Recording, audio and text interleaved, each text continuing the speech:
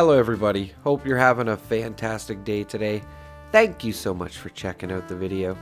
Today I'm going to be talking about 3 different builds that you can use for the V63 laser carbine, the new rifle that has been added in the most recent update. Wanted to include a build for everybody, so let's get into it here.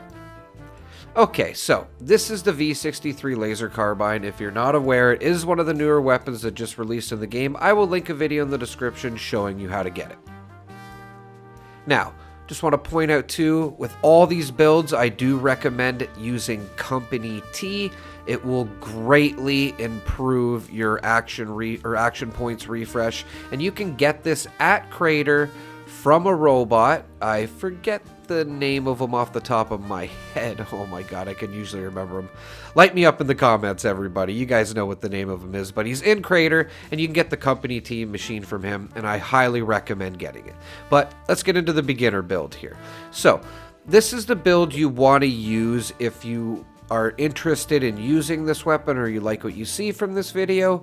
And just use this as a guide. This isn't gonna be the best build. You can see I didn't even include any legendary perk cards. It's just a basis for you to start with, and then you can, work your way on to one of the better builds that I'm going to show later on in the video. But I just want to show here too, it will more than get the job done, but there's definitely better builds than this. But this, you got to start somewhere. You can't be overpowered right from the beginning, and I obviously don't expect everyone to have played this game for as long as I have as well. So just keep in mind, you got to start somewhere, and the beginning for this weapon isn't too bad if you follow this build and work your way towards one of the better builds that is later on in the video, whether that's full health or low health. We're going to be beginning with we're going to start with full health here. Now, this is more of like an end game build for full health. Is it as powerful as a Bloodied or a low health build? No, it is not, but it is still very powerful. And the reason you go full health is because you want to stay alive anyway, right? So I would say if you're a full health type of person, it's probably more important to you that you stay alive than you are doing damage. And I'm going to show you this build still definitely does more than enough damage. Yeah, legendary perk cards I just want to show here as well. Taking one for the team is definitely important with this build, as you need to do all the extra damage you can. But of course, I always like to leave a perk card that's not lettered, just so you can, interchange it for something you may need at the time, like maybe you need to pick some locks, maybe you need to make some ammo. And I did include this with the Bloody build as well, which will be after this one. Now, 4 weapon prefixes for a legendary. I would definitely not use what I'm using here. I would highly recommend anti-armor. It's probably the best way to go if you're going to be full health. I would recommend, I know it seems funny, but I would recommend 25% damage while aiming, or even critical damage, or even rapid for the second effect. You do aim a lot with this weapon, as the VATS do run out very quick, so just throwing it out there, might want to try one of those. And the third effect is definitely either faster reload or VATS optimized. And for the armor for this build, I do recommend, obviously, the Secret Service armor for all of these builds. They're just the best armor you can get. But if you can get your hands on the Secret Service armor, it would probably be the best way to go. I would definitely go with Overeaters for the first star for the full health build here.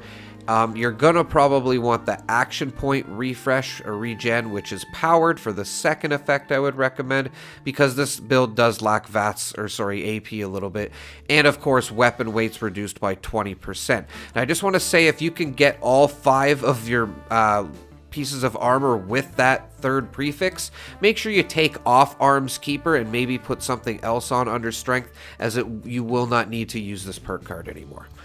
For mutations, definitely recommend Eagle Eyes, even Egghead if you want to get a little bit more XP when killing stuff. Healing factor is probably not too necessary, as you will be full health. I do recommend being a herbivore over carnivore just for the Company T aspect. The action point refresh is amazing. Herd mentality, definitely one that everyone I think should just be using. All you have to do is join a team. Marsupial if you want to jump higher. Scaly skin, definitely don't need this as your full health. And I would recommend Speed Demon as well, just so you can get a little quicker reload and you're running around a little bit faster. Yeah, definitely don't need Scaly Skin. I don't know why I hovered over it there for so long for this one. Not for full health. And yeah, definitely going to do a little bit more damage. I just want to point out here too, this was just a regular V63 I was using. It had no legendary effects on it. So if you get an anti-armor, faster fire rate, or damage while aiming with a faster reload, it's going to do way more damage than what you're seeing here. But again, you know, being a bloodied or a low health would be best for damage with this build. But then again, like I said, if you are going for the full health build, then you probably want to, you know, not die as much. The bloody build I will be showing is pretty good for not dying though, but just throwing that out there. And even still, this build will still do more than enough damage. I just wouldn't go try to solo Earl with it or anything like that, you know what I mean? But for full health, it definitely does some decent amount of damage.